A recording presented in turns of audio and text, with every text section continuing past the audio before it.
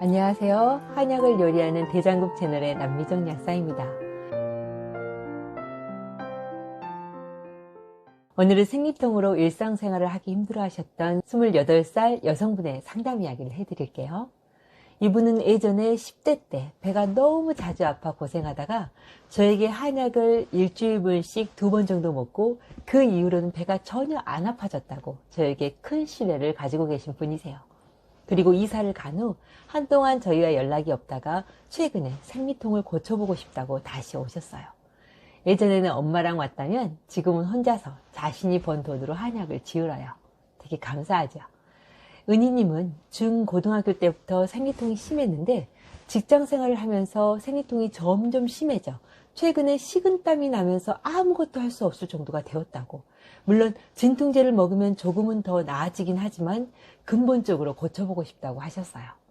참 생리통 심할 때마다 생리 덩어리 혈이 보인다고 이것도 생리통과 관련이 있냐고 물어보셨죠.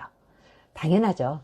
생리 덩어리 혈은 자궁에 혈액이 공급될 때 스트레스나 긴장 등으로 혈관이 수축하거나 혈액이 약하게 공급되면서 자궁에 혈액이 울체되어 있다가 생리 때 자궁이 수축되면서 빠져나오려고 하니 생리 덩어리열 형태로 나오는 거라 당연히 생리통의 원인과 관련이 있죠. 그리고 이때가 제일 극심하게 생리통 심할 때일 거고요.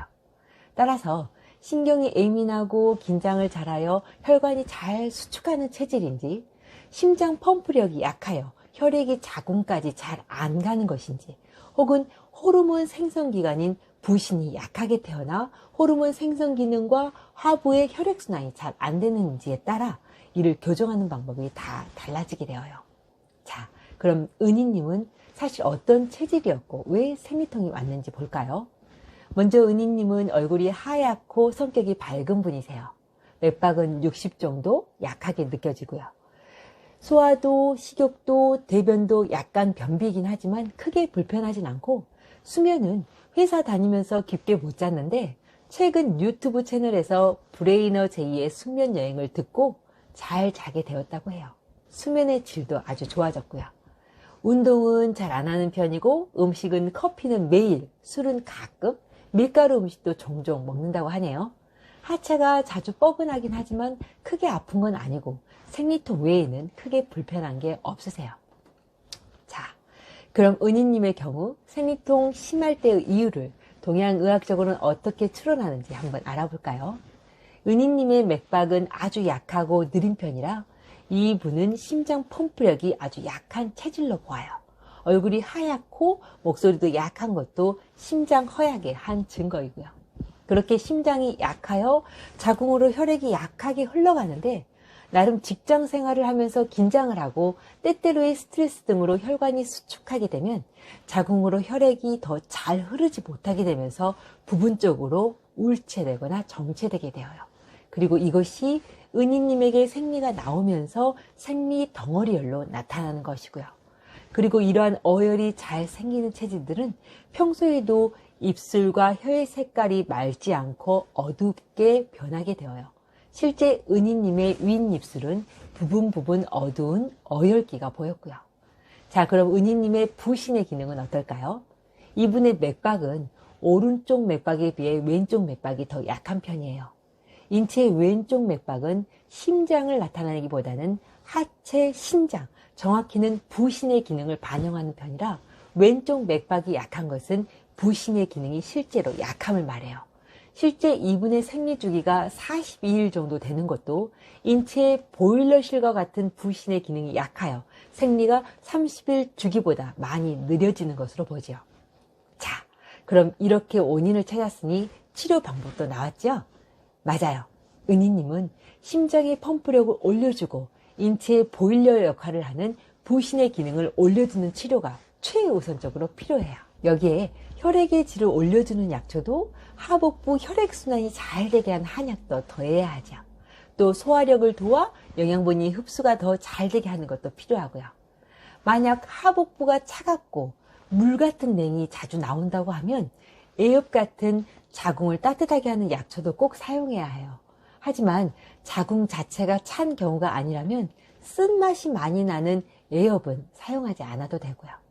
그럼 이렇게 약을 쓰면 생리 덩어리 혈이 점차 없어지고 생리통이 심한 것도 점점 줄어들고 없어지나요?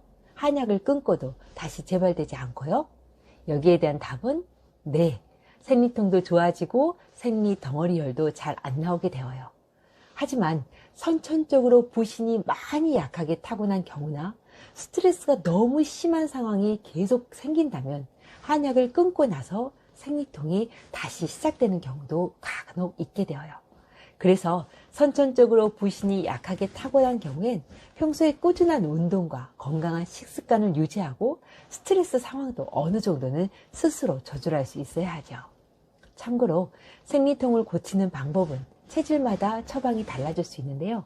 가령 생리통이 늘 있는데 소화가 오랫동안 안 되고 담적이 생긴 경우라면 소화력을 개선하면서 담적을 없애는 치료가 혈액의 질을 좋게 하고 하체 순환을 개선하여 생리통을 없앨 수 있을 것이고, 또 오랫동안 물음변을 보면서 하복부가 차가운 게 오래되었다면 하체를 따뜻하게 하여 대변도 자궁도 따뜻하게 하는 것이 생리통을 치료하는 데 가장 중요하겠죠. 또 스트레스가 심하여 화가 울체되어 있는 경우라면 그 우라를 풀어 간과 자궁에 혈액이 울체되지 않게 해야 자궁에 혈액이 잘 공급되어 심한 생리통이 없어지게 되겠고요.